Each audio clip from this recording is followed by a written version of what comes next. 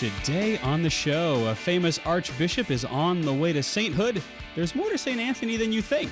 What's a person to do with uncertainty? Our Pigs of the Week and so much more. The Catholic Underground episode 400 begins right now.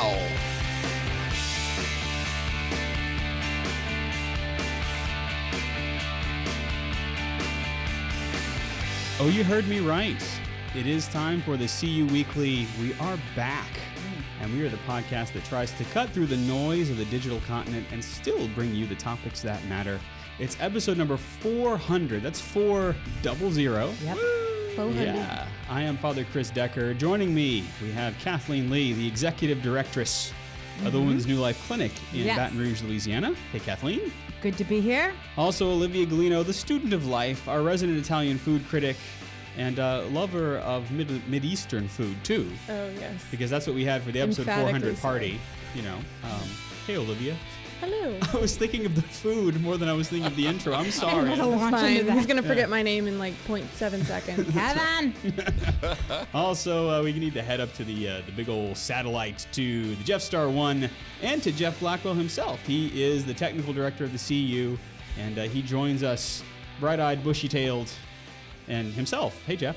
Hey, Father. Yes, I don't want to comment on your tail's bushiness. That's okay. That's fine. Sometimes it, just kind of slips out of there. But hey, look, it's good to be here, and we all have garlic breath, so we got that going for us. That's true. That's right. Yeah.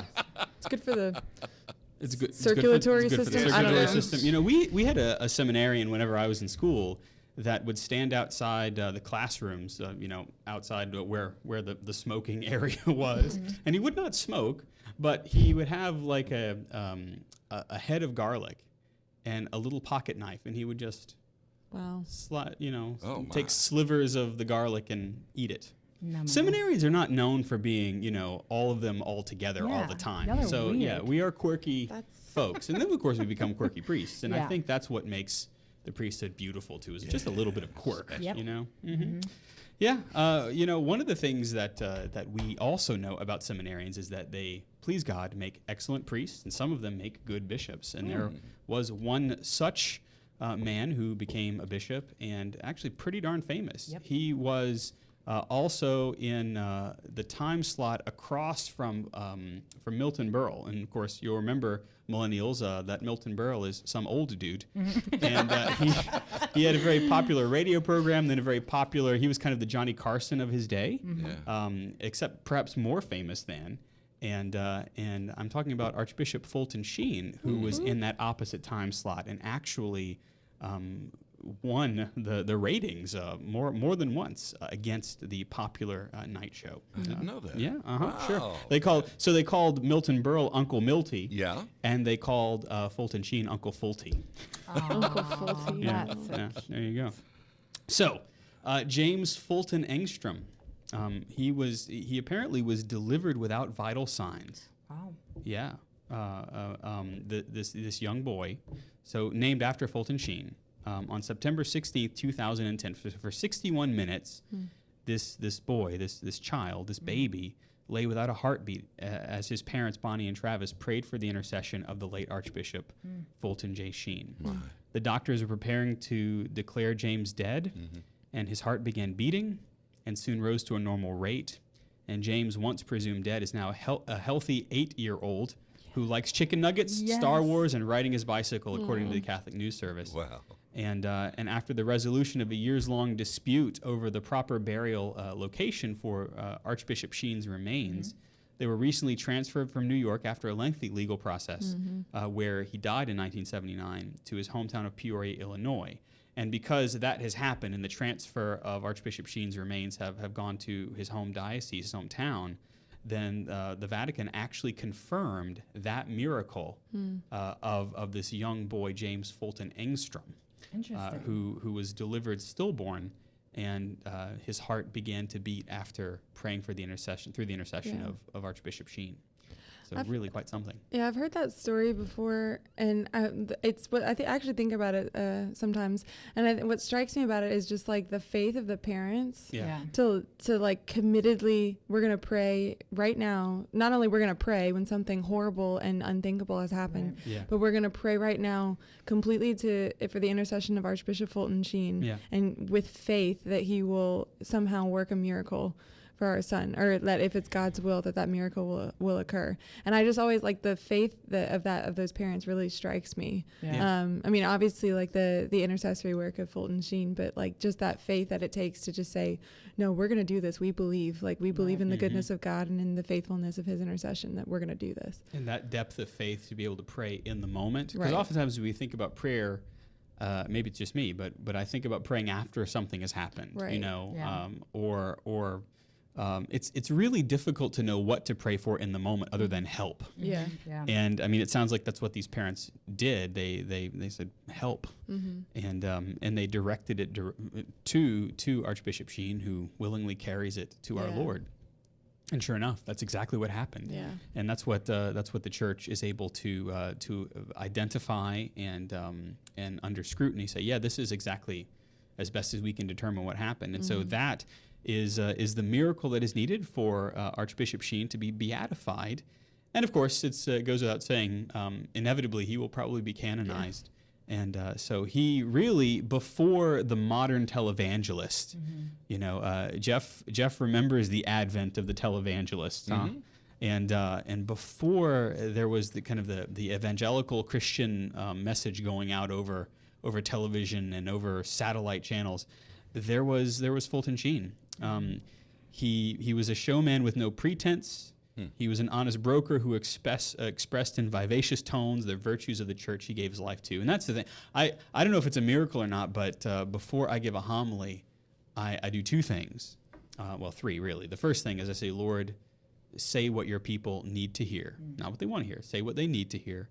The second thing I do is say, Holy Spirit, preach through me. And I say, Archbishop Sheen, preach for me. Wow. You know, those are the three things that I do. Now you know my secrets. If I give an okay homily, then that's maybe what it is, you know. That's why his hair is so big. That's why my hair is so big and fluffy. Oh dear. Well, I'm glad you think so. To those of you watching on the podcast, it is voluminous. Anyway, so Archbishop Sheen was he did preach with a great deal of vivaciousness, of vitality. And that's one of the things that I think most people connect with, is the fact that he was so passionate about the things that he spoke about. He was something of a paradoxical figure. He was a spokesman for a faith that reveres God as its itinerant.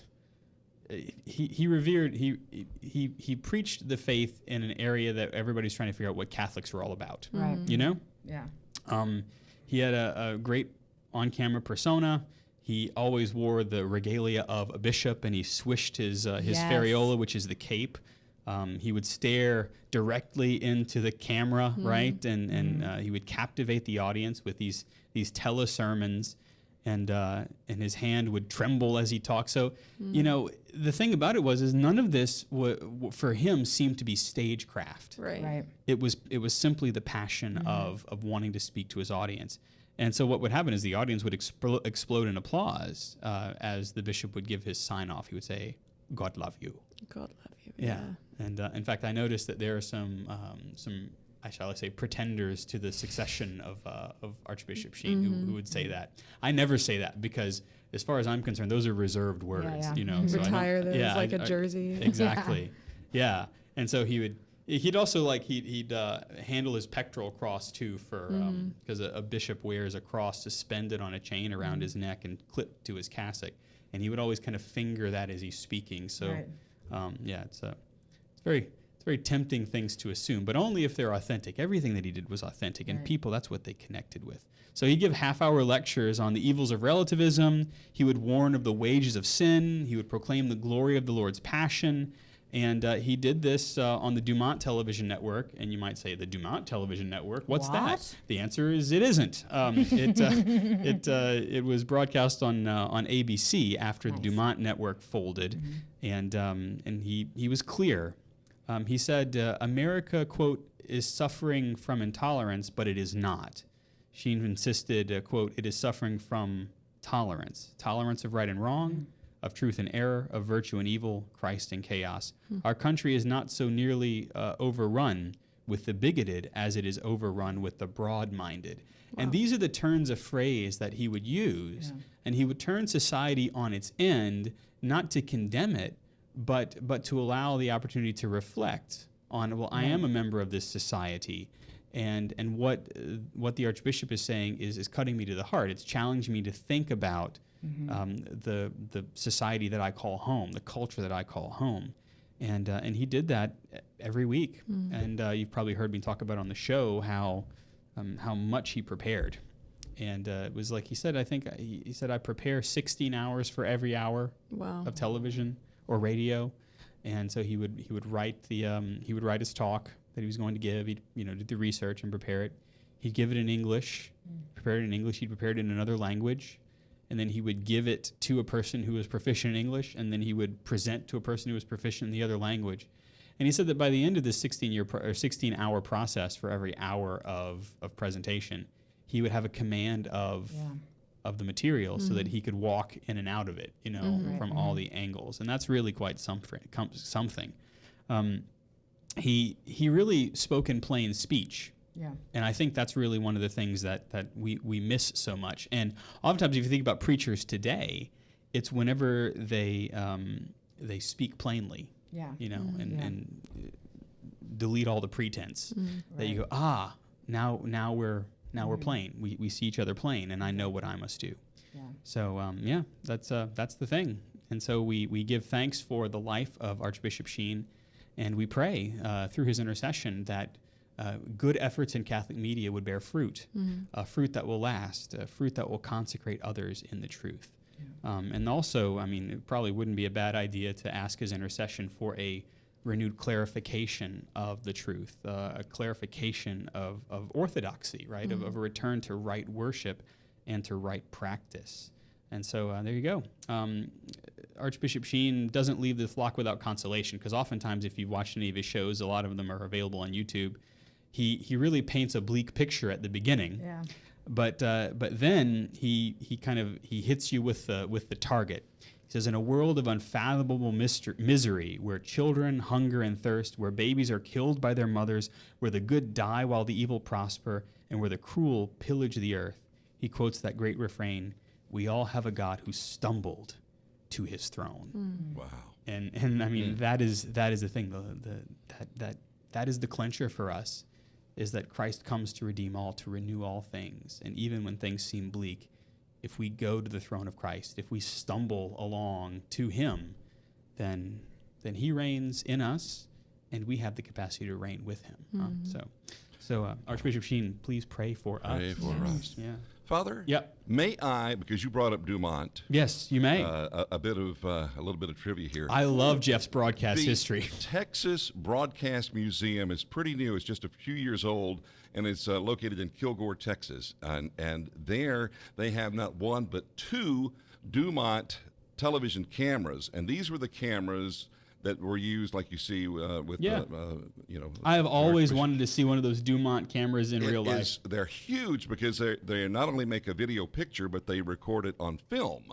So there's a big film canister on the side. They're enormous. But anyway, I just Googled that, Texas Broadcast Museum, and man, they've got a ton of stuff there. So we find ourselves in Louisiana, and I can't speak for Olivia and Kathleen, but I'm always up for a road trip.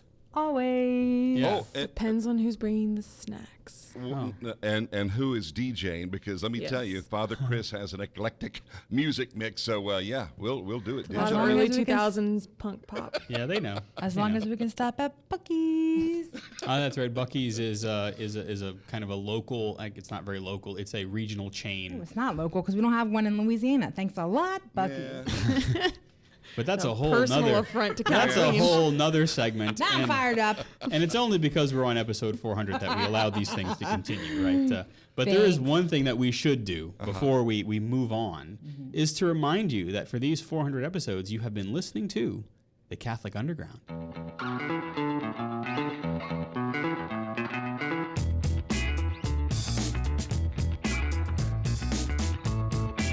All righty, we're going to just kind of, there it is, keep on going here. You're listening to the Catholic Underground. You're watching it too, we think.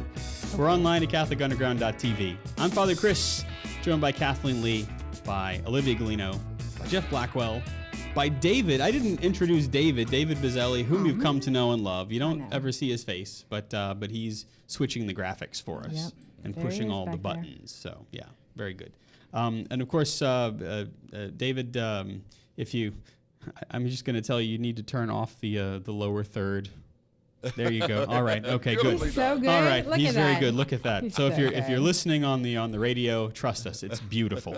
All righty. Our picks of the week are coming up, but first, we thought we'd talk a little bit more about a very famous saint. Yes, and you know, when you think of someone being a good preacher, you might think of Fulton J. Sheen, right? Yep. But you may not think of Saint Anthony. That's right. I didn't. You need to take Kathleen's camera.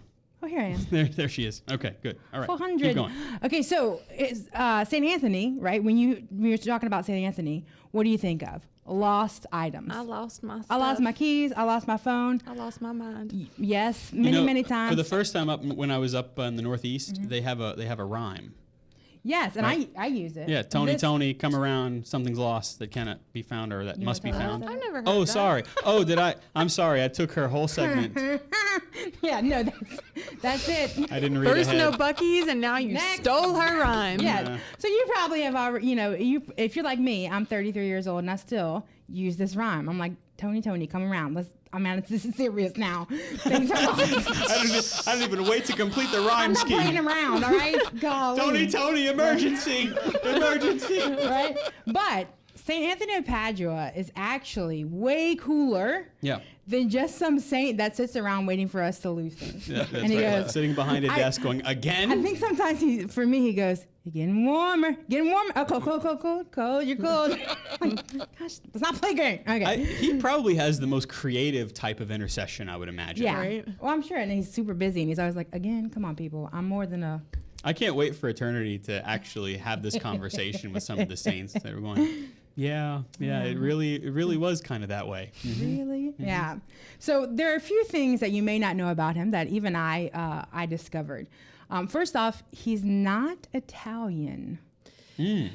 Sorry, Olivia. Buried in Padua, right? Yes, Right. which makes him Italian. Well, just and like the Saint name- Joseph the- is Sicilian. The name Thank you. Anthony, right, is connected to the Italians, right? But he was born Fernando Martins, right, in Lisbon, Portugal, in That's close enough. 1195, right? Oh, okay, yeah. Yeah. So Fernando wanted to enter the abbey, and at 15 he requested to enter the abbey. He then became a priest, right, and then he joined the Franciscan order in Portugal shortly after he became a priest. Because he's also venerated in Portugal, Right. certainly. Right. Yeah. Yeah, and sorry. No, I was remembering. I've been to Lisbon, and they have, how they have like patches that you can buy at all the souvenir shops, of the country that you're in.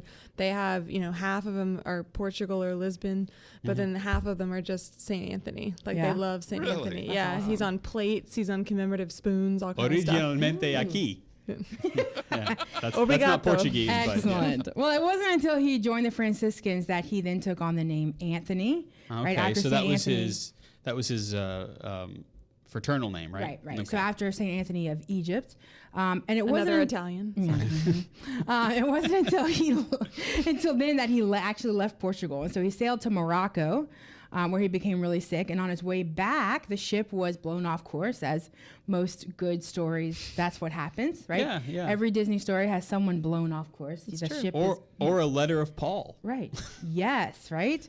And so they landed in first in Sicily. Yes, And then finally. they went to Tuscany. Right. And that's how. He's like, when are you going to get to the real part and of the that's story? how Saint Anthony got. This to is when the story really Italy, gets going, people. right? Yeah. So another cool fact is he was actually an excellent preacher, and this comes from one time the Dominicans were visiting.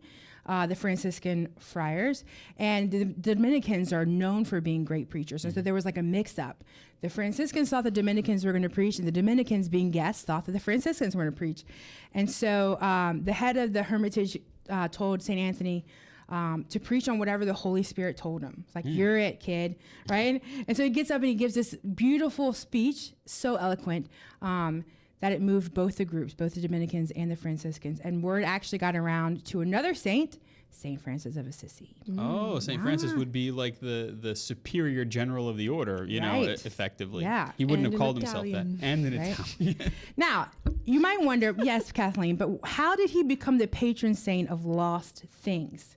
You know, if he was such a good preacher. Yeah, what's the story? What's the story, right? So St. Francis actually entrusted St. Anthony with the pursuit of studies for the friars. Okay. And he had a book of Psalms. And in that book of Psalms was written all of his notes and his, his comments about, what he needed to teach on. Now, this is before the printing press had been invented. So this is a handwritten book and it's very, very valuable, right? And so actually at one point, a novice left the order and he stole it. Oh. So Yeah, heathen. So Just Anthony outright. prayed, Tony, come. No, he didn't. Me. Sorry. I'm around. No, he actually prayed for the return of this book because it was so precious to him. And not only did the thief return the book, but the novice actually returned to the order as well. Wow. So he was restored in more ways than one. Right. And so not only was the book lost and now found, but so was this man. So super awesome. He is actually also a doctor of the church. Yeah. Not an MD doctor, but a doctor Doctor of souls. of awesomeness. Yeah. He's known as the evangelical doctor, and Venerable Pope Pius XII declared him a doctor of the church in 1946. And Pope Emeritus Benedict XVI says he attributes that to the freshness and beauty of the gospel emerged from his writings. And that's really what doctors of the church do. They show kind of the eternal nature of the gospel, of the word made flesh, in the way that they expound, right? In the way that they kind of unfold the teachings of Christ. Yeah. And so very much like Fulton Sheen, it was said that his teachings were so simple, yet so profound that although he did teach occasionally in the universities, everybody could understand what he was talking about. And I don't know if you've ever had a teacher like that.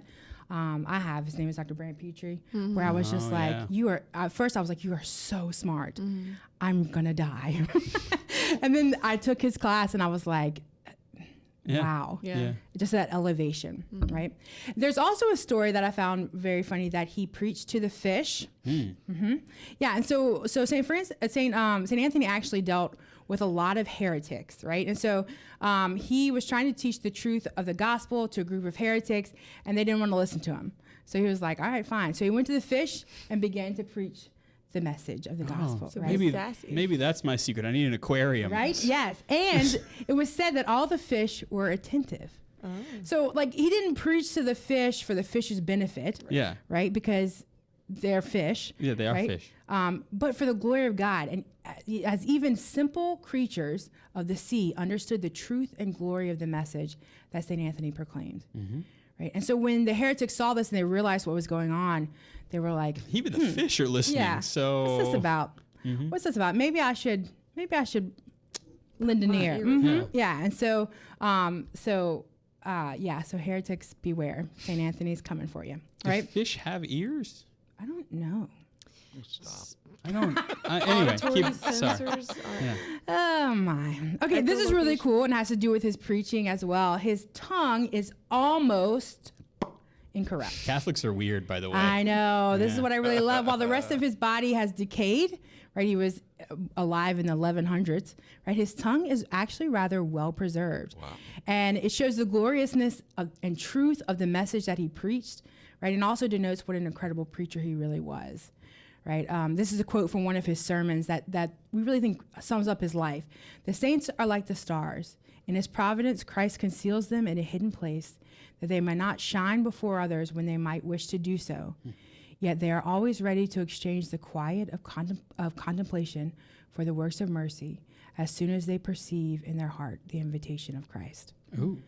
Right? And so how cool is that? I mean, like, I don't know if you've ever, as a Catholic, encountered someone who's totally against you, right? And what you believe, and calls you out on it. Most of the times we want to be like, bye. That's right. Right? But he had a gift of just quietly slipping in the truth, right? And just being like, this is it. This is it, right? In the most simple of ways. And yet he has a nickname Yes. that suggests something different. Very interesting. Yeah. Okay, so you definitely see St. Anthony carrying the Christ child, right? Yeah. And a flock lilies, right? A stalk of lilies. And that might confuse you because his nickname is Hammer of the Heretics. Yeah, it is. Yep. right. There are many miracles that are attributed to him, and they often revolve around his disputes with heretics, right? There's of course the story of the fish, right? But there's also a time noted when a man said he would not believe in the Eucharist unless St. Anthony could get his horse to bow down to the Eucharist. Challenge so accepted. Here you see his Franciscan nature, right, with the animals, and and so St. Anthony was like, all right. The horse refused to eat for 3 days until it could prostrate itself before the Blessed Sacrament and adoration, which St. Anthony brought to it. Wow. Right? How cool is that? Or another miracle mentioned is that a poisoned meal was brought to St. Anthony by some heretics, and he ate it without harm, right, after he made the sign of the cross over it. Why? Because his tongue is incorruptible, right? How cool. No, he was able to eat it because, of the power of God. This is not something foreign to the saints. Right. Oftentimes, whenever someone preaches the truth and does it without fail and without getting tired, they almost always try to get rid of them. Right. Yeah. And yet the Lord protects the simple hearts. Right. He does. Yeah. And so while you may be, sticking with your simple Tony come around prayer, there's actually a beautiful prayer to St. Anthony from the responsory. And I just wanted to, it's rather long, but I wanted to share just a piece of it to show you how powerful this guy is, right? It says, if you seek for miracles, death, error, all calamities, the demons fly and leprosy, and health succeeds infirmities. The sea obeys and fetters break, and lifeless limbs thou dost restore, whilst treasures lost are found again, when young and old thine aid implore, right? So it's like, wow, look at all this stuff that when we go to St. Anthony and ultimately to our God, right, the power that he has, not just to find our lost keys, but to show us, right, when we are lost, to find the truth and the glory of God. Right? That's right. And it always ends at Jesus. And that's where we'll leave you for just a moment, but stay right there because there's more. Episode 400 of the Catholic Underground coming up right after this.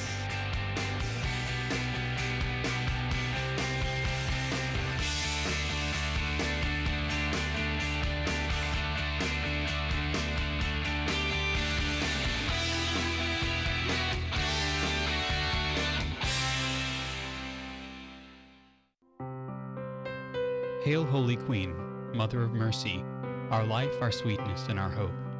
To thee do we cry, poor banished children of Eve. To thee do we send up our sighs, mourning and weeping in this valley of tears.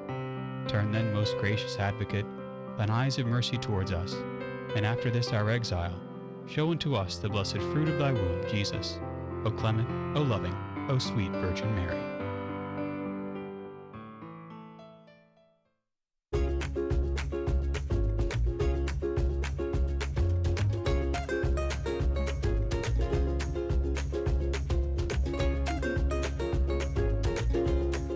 Welcome back. You found the Catholic Underground, episode 400, if you can believe that.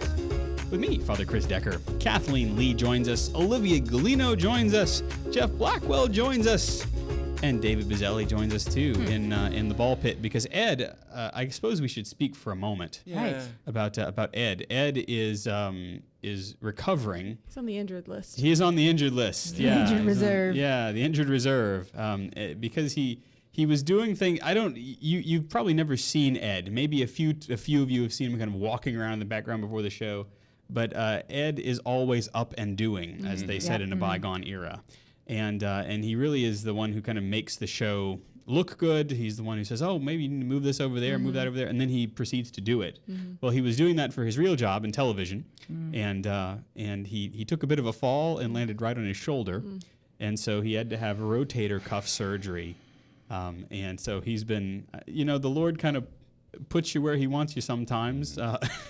And he'll even use an accident to do it. And so Ed has had to not use his doing arm, right? Right. Yeah. Yeah, so he couldn't click the mouse this evening. So we just wish that you'd get well soon, Ed. Not only because we look forward to having you on the show, but also because we love you. So Yeah, get that's well true. soon, Ed. And And we're saving some halloumi cheese for you. I was going to Oh, say yeah. we're eating all of the Lebanese food that we ordered. I'm just we'll take you out later. Sorry. We'll get you some fresh.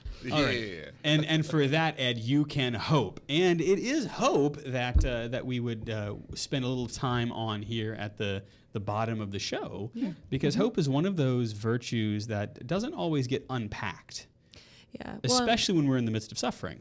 Especially when we're in the midst of suffering, and especially because, like, hope is one of the three theological virtues, right? So there's faith, hope, and love. And I feel like hope kind of gets shafted. It's even in the middle of those. It's like the sandwich, like when you're doing the sandwich method of confession, where you just shove in your worst sins behind like some Don't think venials. we don't see it, right? We know. You're just trying to shove it in there, get past it, right? And I feel like sometimes that's what we do with hope, not because of malice or anything, but because maybe we don't understand it completely. So we wanted to unpack it, and specifically using my favorite encyclical, because this isn't why it's my favorite encyclical, but it is written by Pope Benedict XVI, who actually wrote 3 encyclicals on faith, hope, and charity.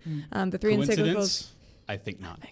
He knows what he's doing, people. But yeah, so his first encyclical, Deus Caritas Est, is obviously on love, and then, on faith and love. But then hope is Spe Salvi. Spe in Latin is hope. And then his last encyclical, Caritas, was specifically about like lived charity. So really beautiful works. Read Spe Salvi. End of story. But it's not the end of the story, because like Father Chris was saying, when we think about like all of the suffering and uncertainty in the world, I think this is often a question that people, like, if they're having a crisis of faith, this might be at the root of it somewhere. It's just that either the world is suffering, or people I love are suffering, or I'm suffering, and I just can't find a way out of it. So why believe in anything? Why care about anything? How do I even comprehend hope, much less have it and live with it? And when we experience a tragedy, oftentimes hope is the one thing that is attacked.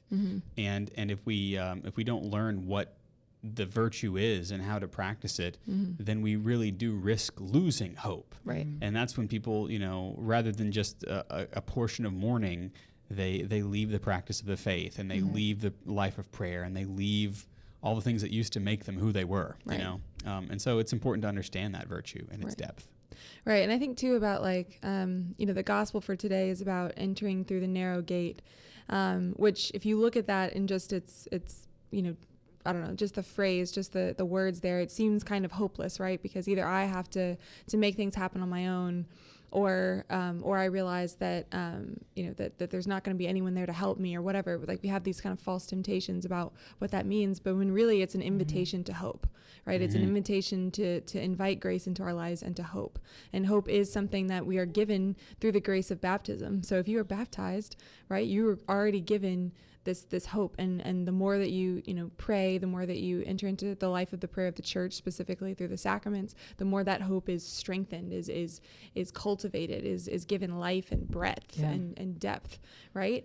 And so really the Christian life, when we talk about what the Christian life is, it's a life of hope, right? And especially because if we think of the cross as that narrow way, then the cross is a sign of hope. It's a sign of tragedy, sure. It's gruesome, it's grotesque, but it's a sign of hope, because this is when the fetters of sin and death are broken. So there's no greater sign to us than, no greater sign of our hope than Christ crucified on the cross. So in Spe Salvi, Pope Benedict reminds us of this gift of hope. He says, redemption is offered to us in the sense that we have been given hope, trustworthy hope. That's important.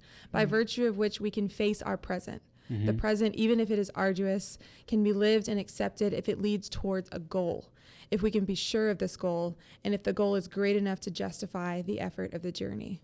So I noticed there are a few different things. So first of all, he calls it trustworthy hope. I think that's significant too, because there's such a thing as false hope, right? False hope that's given from a place maybe of like compassion, but it's not based on reality. So like if you're in, trying to walk with someone in a really dismal situation, and maybe you're just telling him like, yeah, I mean, like, this will fix itself. Like, Right. you know, Yeah. like maybe you mean well, but sometimes it's better to just acknowledge, like, man, this is really terrible. Yeah, hope has to But- have a root to yeah. be hope. Right. You know? And hope In is not the fact- same thing as optimism either. That's right, exactly. In fact, you hear the phrase a lot. Hope is not a strategy, Yeah. That's and I think great. that's what we're saying here. Is and certainly the Pontiff Emeritus would say is that hope isn't just rooted in a concept; it's rooted in a person. Right. And hope is also not like an escape mechanism Right, either, right? no, right. And he points that out. He says, you know, by virtue of hope, we can face our present, right? So I cling to this hope. Hope is my anchor, but it's not something that I just lose myself in. And that's, I think, that why we lean on optimism so much is like, well, I'll just, you know, think positive thoughts and I'll just will this situation to being not as like awful as it seems to be or as it is. When the reality is that hope gives us the grace to turn our heads back to the present situation, as terrible as it might be, and say, okay, Yeah. now I can do this, right? Because I have been given a grace, a real grace for this situation, and the grace is hope. Because it is indeed a theological virtue. It's something that is given by virtue of the fact that we have been baptized. We are opened to this new life of divine grace. Yeah. And rather than the natural virtues, or what we call the human virtues, that you can kind of practice through human effort, the virtue of grace, or the virtue of hope, is given especially through a special gift of God. Right. And then grows through our practice of the natural virtues too. Exactly. Yes. Yeah. So hope is like a this is gonna be a bad analogy, but like a fertilizer for other virtues, right? Okay. Because that's a good way to look at it. Because you know, hope has what are called daughter virtues, and so if your hope is enlivened, not only does it affect, you know, the other like major virtues, like the other varsity virtues, but it affects all of the ones that are filtered from hope, right? Okay. And I think I'm drawing a root system in my head, you know, of all these. That's how I pictured it. You know, like when we talk about the daughter virtues, they really are just like offshoots of those main virtues, but they're no less significant. Right. But they rely on the strength of that main virtue. They rely on the strength of the supernatural. Of the supernatural, right? yeah. And the last part of this that I wanted to bring out is that, you know, if lived and accepted, if hope is lived and accepted, it can only be that if it leads towards a goal, right? It's preposterous for us to accept hope that leads nowhere. And I think this is another, you know, trouble that we can get ourselves in, is if I cling to something and maybe I don't ask where it's going, or if I accept it because it's a balm in the moment and I'm suffering and I just want something happy, right? Instead of, okay, like maybe this is still going to be arduous, this is still going to be difficult, but it's true hope. It's hope that has a goal, it has a direction, it has a light somewhere, and it's somewhere that's not here, right? So we're given grace for the present moment, but it's the present forward-looking moment. And if it doesn't have all those things, it's not real hope. Yeah, and if you think about it, that's echoed in the Old Testament, in the Exodus, right? And in the restoration of Jerusalem. The notion that the Lord was leading the chosen people. He was leading his chosen people to a physical place, to the promised land, to Jerusalem. But that itself is a symbol for the ultimate journey of life, Right. that we are being led through a desert sometimes. Sometimes we do find ourselves being led into an oasis, and sometimes we are fed with bread from heaven. But our citizenship is in heaven; it's not here. Right. And so hope's ultimate anchor is the New Jerusalem, is not just our trip to heaven, please God, but also the second coming, the New Jerusalem coming down out of heaven, the new heavens and the new earth. And I think sometimes when we think about hope, or we perhaps pray for hope, that we perhaps concern ourselves with what is my immediate ability to receive. I need something to hang this hopefulness on, rather than sometimes saying, Lord, help me hope for heaven, help me hope for the ultimate end, you know. And that's not easy in the moment, Right. you know.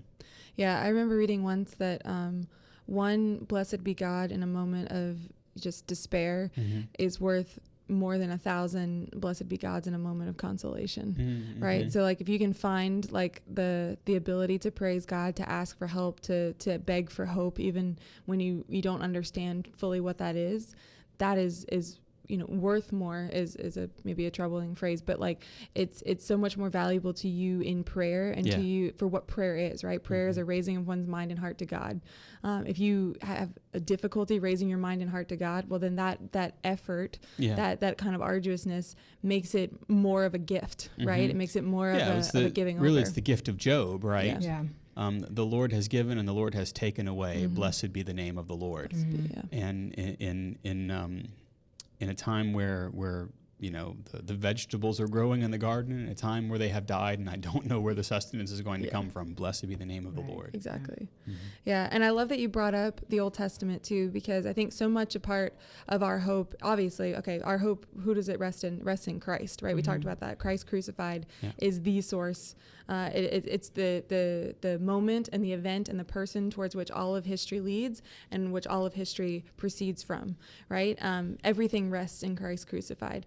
But in that Paschal mystery is also where we find our hope, right? That's one of those things, that the many treasures that's contained in that.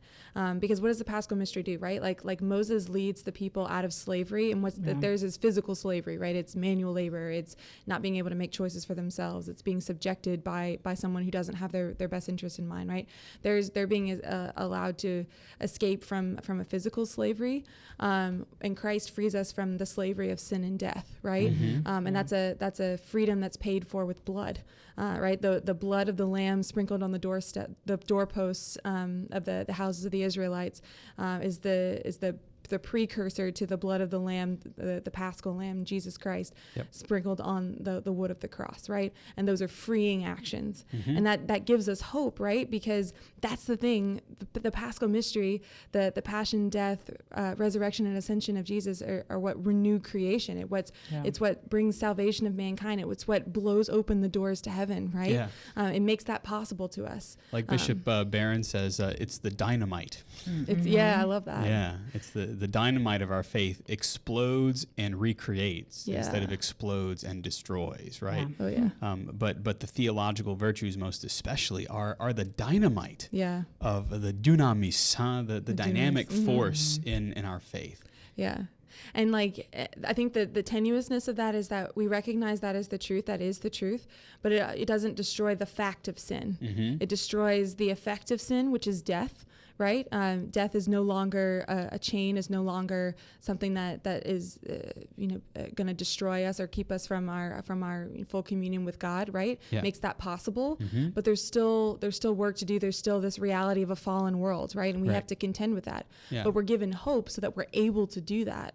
Right? Because without hope, what's the point, right? If there is no cross, there's no point in me suffering, right? That's where my suffering finds its purpose, and it's hope that connects me to that.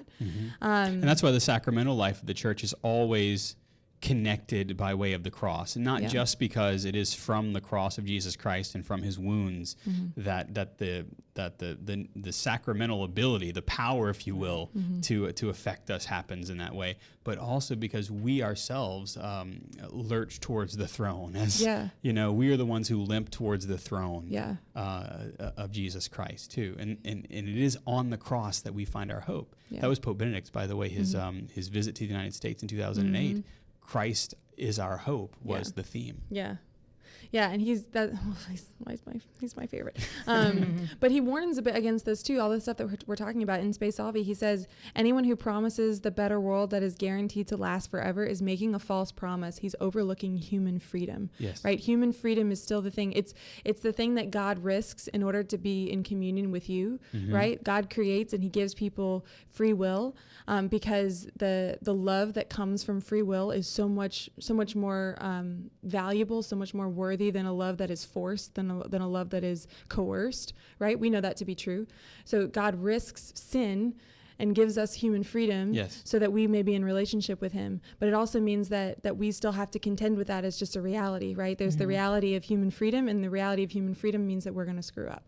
That's right. But it also just makes us really more aware that our hope rests in God and not in this world, right? We have small like vestiges of hope or things that point us to our true hope. Yeah. So it's important not to overlook those things. Like we can't just completely write off the world, but we have to always have in mind that final goal of union with God in heaven, of the eschaton, right? Of Christ glorified in heaven. And we have to always keep our eyes on that. But that kind of shines a light on the things that give us hope in this world, right? And they're not separate from him. They're not completely different from him. They're not isolated from that. And that's also why we are given a sacramental system and encouraged to go to Mass. Right. It's not just a marking time because I need something to do on Sunday, but it is a source. It is the source by which I find hope. Right. In the Eucharist that is broken and given to me, not because I deserve it, not because it's just a symbol, but because it is Christ our hope being given to us, transfusing, if you will, into our feeble frame. Yeah, exactly. Yeah, I love it. Was Fulton Sheen who said that broken things are precious. It is broken bread that feeds, is broken flowers that have the most perfume. Yeah, just beautiful. Because that's what you have to do whenever you're cooking Italian food or Middle Eastern food, is you have to crush the herbs. You have to crush the herbs. You have to break the eggs. Yeah. Back to food, I guess. But there's great hope in good food too. Oh yeah, Anthony Bloom said that all food is divine love made edible. Ooh. And I just found subscribe Kathleen's to motto. that. Yeah, That's the truth when it comes to halloumi. Like and subscribe. Thank you. It's the Lord's love letter. So I want to make sure that we talk about, how do we foster hope in our lives? Because all this can sound like really nice and pretty, but then we get to a moment where we're tempted to despair, which is the opposite of hope. It's the emptying of hope, and we're just like, well, that's nice, but what do I do, right? And so we all have to acknowledge, first of all, that there's periods of grief and suffering that will come. Maybe you're in one right now, or maybe you're not. Praise God, but you've experienced it before. And so we live in our hope, and we keep in mind that we're always on that path to the most holy Trinity. But to stay on the path, no matter what, kind of experience we're having of the spiritual life, we have to nourish hope through regular prayer.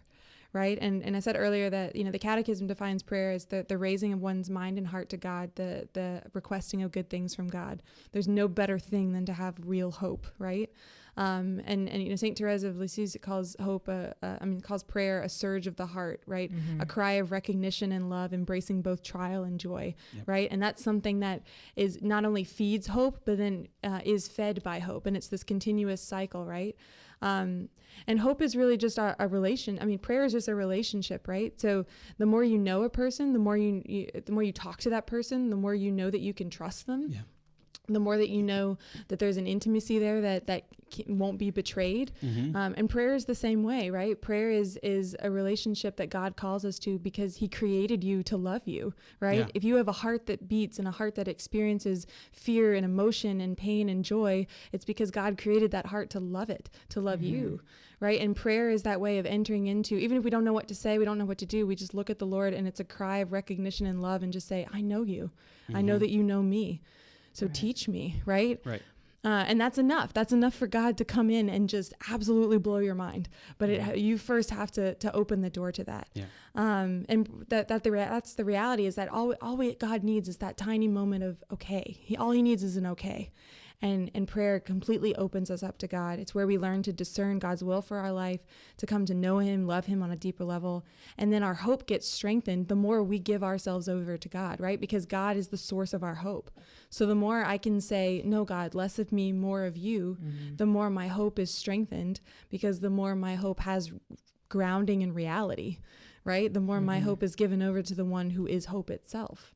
And so that obviously is something that happens through prayer, and then the frequent reception of the sacraments, right? We talked about hope as a grace. So hope needs the continuation of grace, right? Throughout. And that's what the sacraments give, grace. I don't know if we talk about that as a church enough, but the sacraments give real grace. Grace is the participation in the divine life. That's right. Something we cannot earn or do anything to absolutely merit. Yes. But our Lord is willing to give us the tools that are necessary, and that supernatural tool is grace that is infused within our soul. Exactly. By the sacraments and other acts of charity, but most principally in the sacraments of the church. Most principally in the sacraments, So all of this is to say that, our hope is not just in the here and now, right? If we have signs of hope, vestiges of hope in this world, it's because they're pieces of hope that lie first and foremost in heaven with Jesus Christ in his glorified body, Jesus Christ our King. And so it's important to remember that our hope does not lie in this world. We're not going to find it in social programs or economic systems or political solutions. They're a means to the end, but they're not the end, right? This world, and really like we can get caught up in our own lives. We can get caught up in this world and we can lose sight of Jesus Christ, our King, but everything lies in him, most importantly and most especially our hope. That's right. And hope does not disappoint. And hope does not disappoint. As we hear in the scripture, certainly. Romans 5, verse 5, if you need it. You need to go to your Bible, and you should. We need it. That's right. But so we come to this point of the show that hopefully is a touchstone of hope for you, because it means the show's almost over. It's the part of the show that we like to call the CU Pick of the Week. Yeah, it was a kind of a hard segue, but It's harsh. Well, yeah, it was self-deprecating. Come on, man. Yeah, well, we're great. A little self-deprecation of the Catholic Underground is how we've gotten along so long. That's true. Here we are, 400. All right. 400 years later. For 400 years. Well, honestly, okay, it doesn't, 400, we're about 10 years old. So or more actually. We started broadcasting in 2006. And we've only done 400 episodes since 2006. That's not a whole lot, but I like to think that the ones that we have done have been quality shows. That's true. As long as you don't watch like the first 130 episodes, because the production quality was pre-Jeff. Yeah. Oh, well. Or PJ, as we call it. Or the ones where we first got TV because nobody told me and I did not look cute. But one of the things that Kathleen is made up for is her pick of the week. So Kathleen, your pick of the week. I'm cute now. Yes, indeed. Okay, so I don't know. And humble. I mean. Anyways, I don't know if you are, maybe this will work for you if you're a presenter or you put on retreats or you're a musician. And you've ever found yourself with a sound box and no one to run it for. There is no Jeff. There's all kinds of wires, and they go. And they give you an XLR cable and say, here, this goes into our system. What happened? So this is really cool. This is, I was at a retreat where they had two musicians, and they wanted to fill in their sound. And so they have this thing called Rapco Horizon LTI blocks. Laptop interface. So what happens is you plug this one end into your computer or your cell phone. Yeah, it's a mini jack. A mini jack. And then you have an XLR connection at the other end. Which is usually at a microphone. Right. And so you plug that into the sound system. Jeff is all ears. And then it has its own fader. So what was really cool was that this guy had what's called pads. And you download, it's like a in the background. Like you've heard it in most Christian music that there is. Yeah. And it's that ethereal noise. Right. And you figure out what key it is. So you download a whole album that has every key imaginable.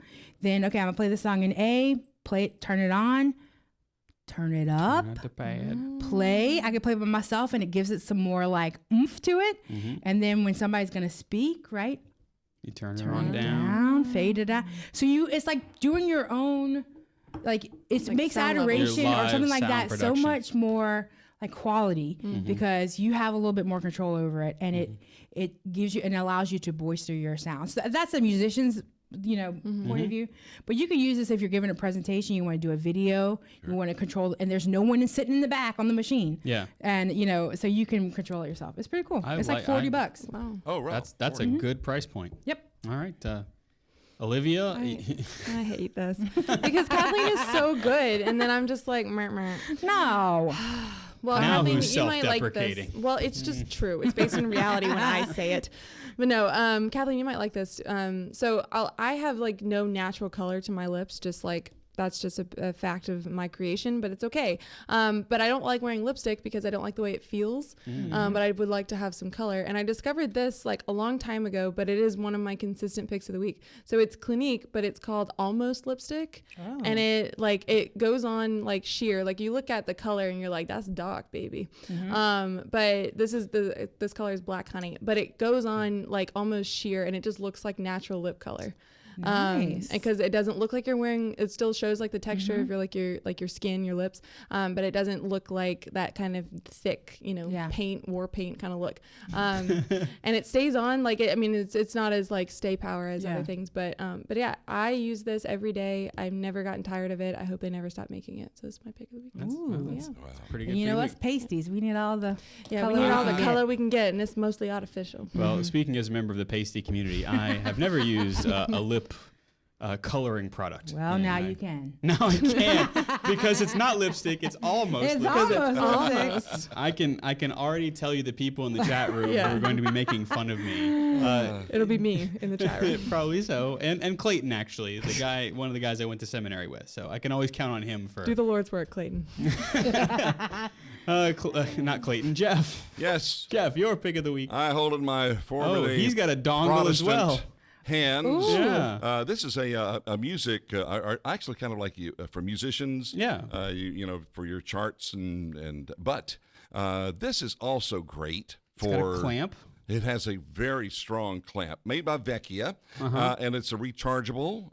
Comes with a little USB cable. Yeah. Rechargeable light, and it's 3 stages. So Nice. it's got like a nice dim light because I do shows and I have like the guy behind the curtain. Yeah. Medium and really bright. So And then surface of the sun. That's a bright Blinding. light. but I mean, really, you charge it up. It's got a nice little LED display on the back here showing how the charging's going.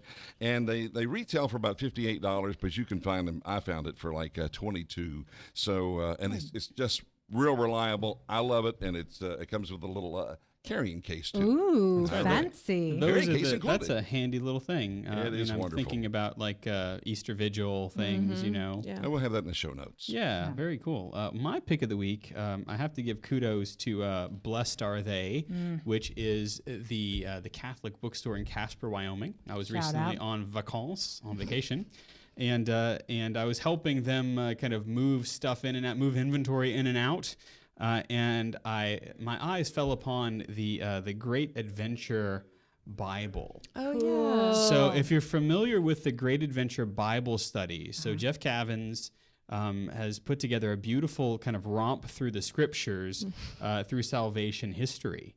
And it has been compiled in the midst of the Bible itself. Cool. And so it's hard to show you on the radio or on the podcast, but his entire narrative of the movement of the different types of God's motion throughout salvation history, as well as like what's happening on the earth viewed from space, what's happening in the covenant with Abraham, what's happening all through, all the way over to who is the world power at the time and what are the secular things that are happening.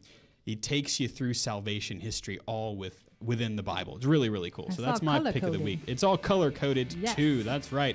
Alrighty, Jeff, we are always grateful for our viewers, our listeners, and our benefactors. These 400 episodes, aren't we? Absolutely. And this week, the Catholic Underground is possible because of people just like you.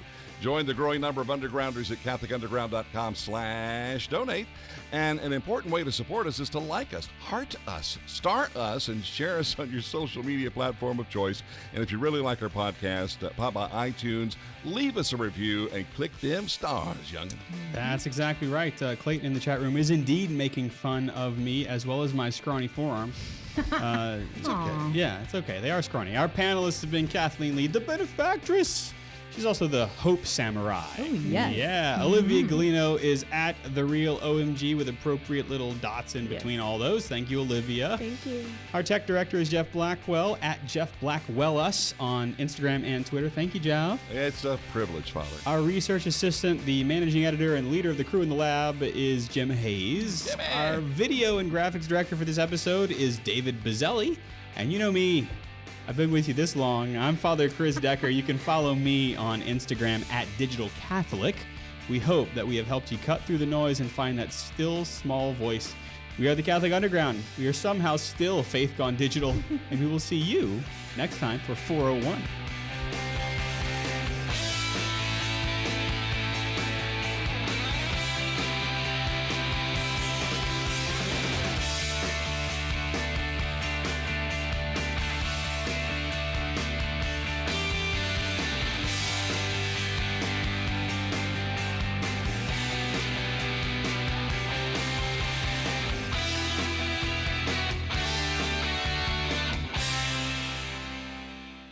from the Catholic Underground.